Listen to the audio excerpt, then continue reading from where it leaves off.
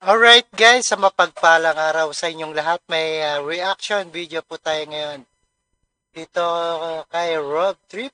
Alright, impeachment complaint versus kay BP Sara. Kukulangin sa oras kung di susuporta ng 1/3 House member. Alright, intro muna tayo.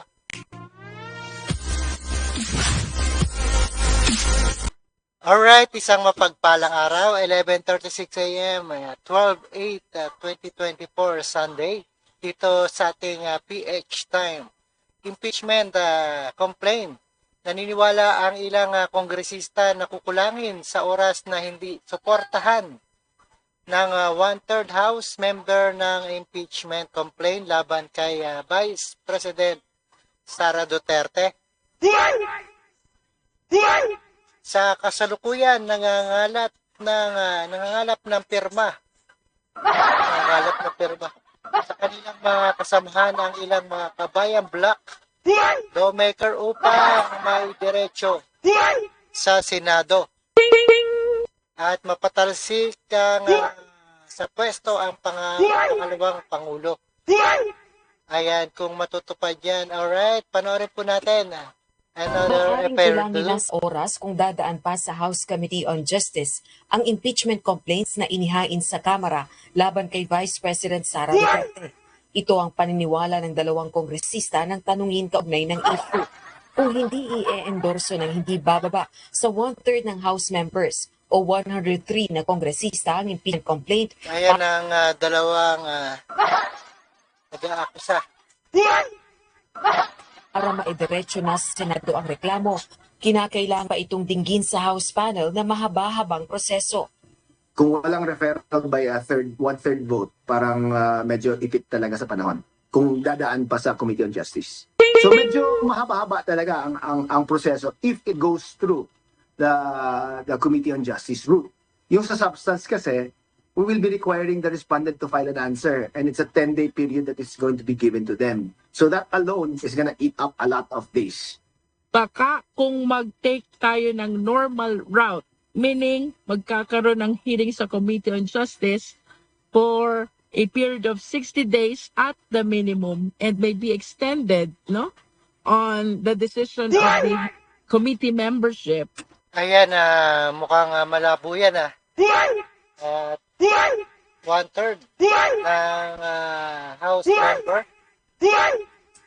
I believe na kulang na ang panahon. Kaya naman kasalukuyan ng kumakalap ng pirma mula sa kanilang mga kasamahan ang makabayang black lawmakers na nag-endorso ng ikalawang impeachment complaint laban kay VP Duterte. Anila na ipadala na nila ang digital copy ng kanilang reklamo sa kanilang mga kasamahan upang mapag-aralan ito sa pamamagitan ng chat group.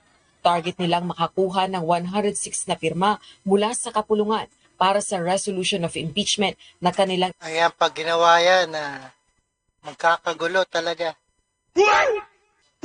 Ayan, wala ang ilang kongresista. Kukulangin talaga ang oras. Hindi susuportahan talaga. Hindi naman talaga susuportahan. Isinusulong at maidiretso na ang reklamo sa Senado. Higit pa ito sa 1/3 ng kinakailangang pirma. Asak na talaga kasi ito na kasi yung shortcut way, no? Yung pinakamabilis na makakagather ka na agad ng 1/3.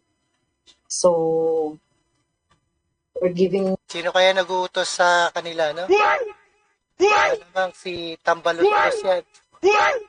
Mga bayaran our yan. colleagues yung weekend para mapag-isipan, Dapat sila pag-isipan, ipakulong talaga, no?